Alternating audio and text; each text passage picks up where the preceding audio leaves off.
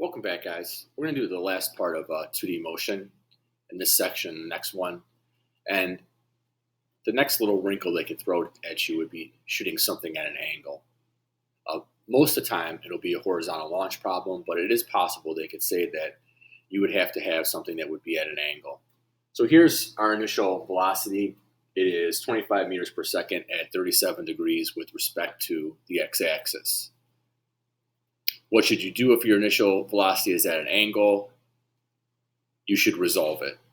So the idea is that this original arrow that's 25 meters per second at 37 degrees can be replaced by one that'll do everything it does in the x direction, your initial velocity in the x direction, and one that does everything it does in the y direction, which is your initial velocity in the y direction. So my 37 degrees is in here, and I'm going to be able to find out what these are by using SOHCAHTOA. So this is my adjacent side. So cosine of 37 is going to be equal to my adjacent over my hypotenuse. So my initial velocity in the x direction is going to be 25 meters per second times cosine of 37.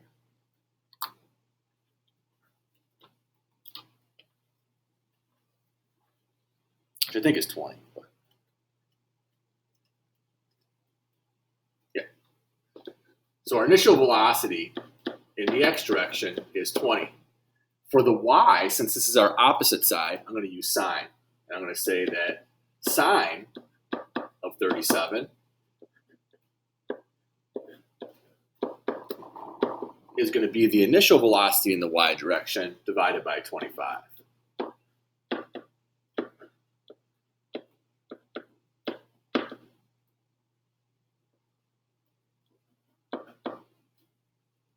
And 25 sine of 37 should be 15, I think.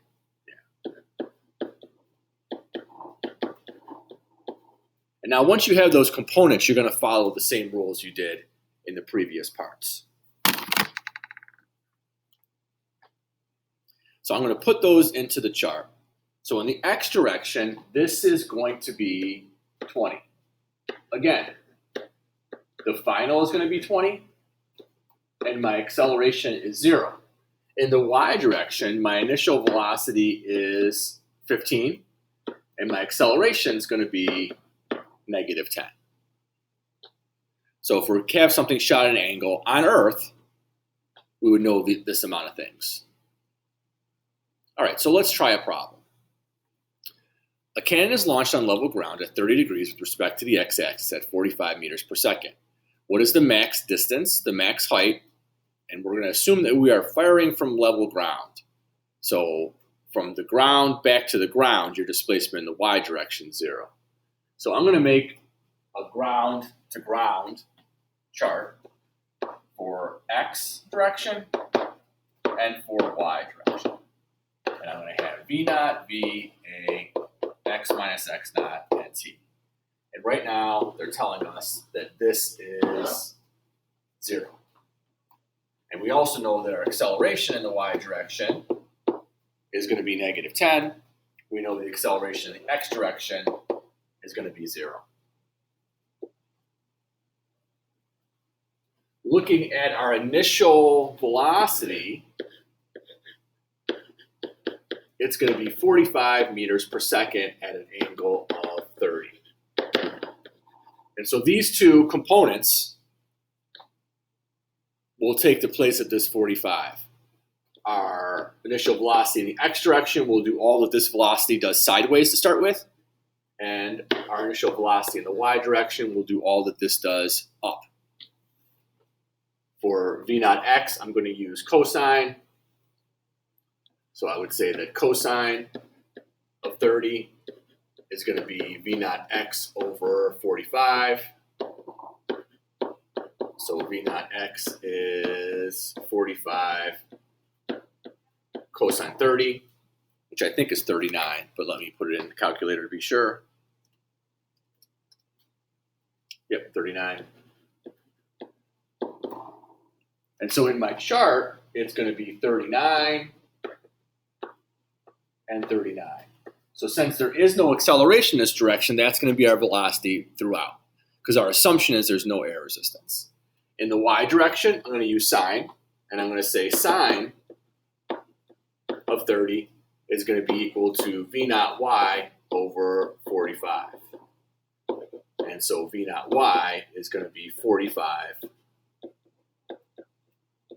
sine of 30, which is 22.5.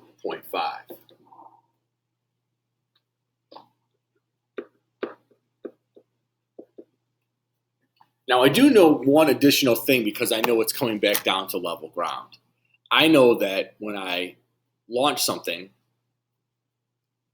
and it comes back down to the displacement it came, it has the same speed it left with. So this cannonball is going to come back down at 45 meters per second. It's going to be directed in a different way. It's going to be directed diagonally down, but it's still going to be going 45 meters per second. I know that the x direction velocity is constant, so the y direction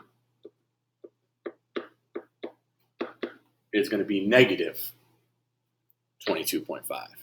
So if I throw something straight up in the air, like we had a one-dimensional problem, if I throw something up with a speed of 20 meters per second, when it comes back down to my hand, if there's no air resistance, it'll still be at 20 meters per second. All right, so now I'm going to try to find out my range, and I'll try to find out my highest point. All right, so to find out my range, I'm going to get my time here, and I know that v is equal to v naught plus at.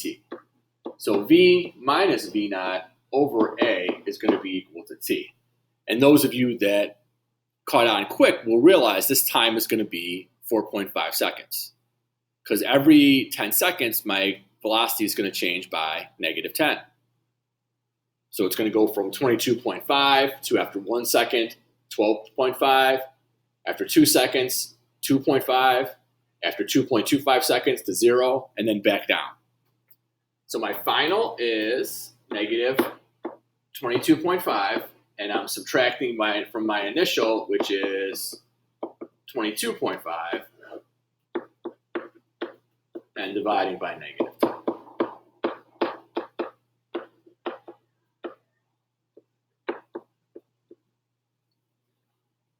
Then I can finally find my range, because in the x direction, I know acceleration is 0.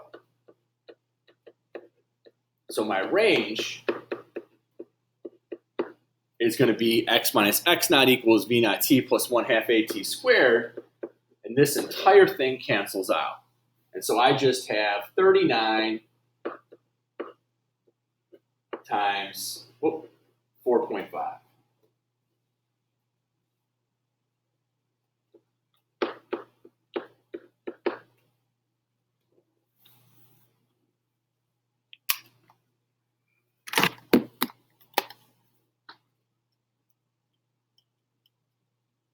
And I have 175.5, so I'd say about 176 meters. All right, I'm going to erase a little bit of this to make some room for the highest point.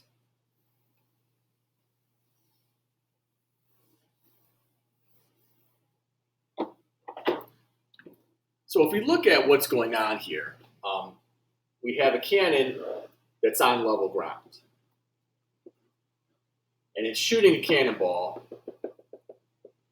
and it's coming back down. And this is our 4.5 seconds, and this is back down to 0. It's going to get to the highest point in the middle.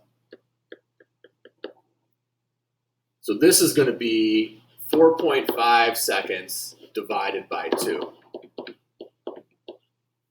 So if I make a new chart just for the y direction, I know that my initial velocity is still going to be 22.5.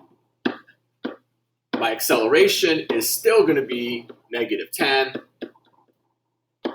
My time is going to be 2.25 seconds. And I know in the y direction, at the highest point, that's when the object switches from going up to down. And at that moment, that velocity is 0. And so now I can plug this in, And I could say x minus x naught equals v naught t plus 1/2 at squared. So this is going to be 22.5 times 2.25 plus 1/2. The negative's important because the acceleration will be working against this positive velocity throughout this. And this is going to give me the highest point. So I'm going to plug this into my calculator.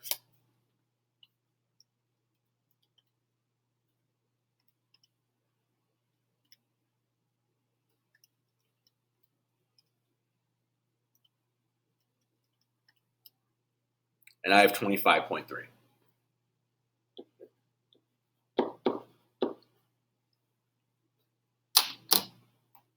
All right, guys, when we get back, I'm going to do a couple more examples with you guys.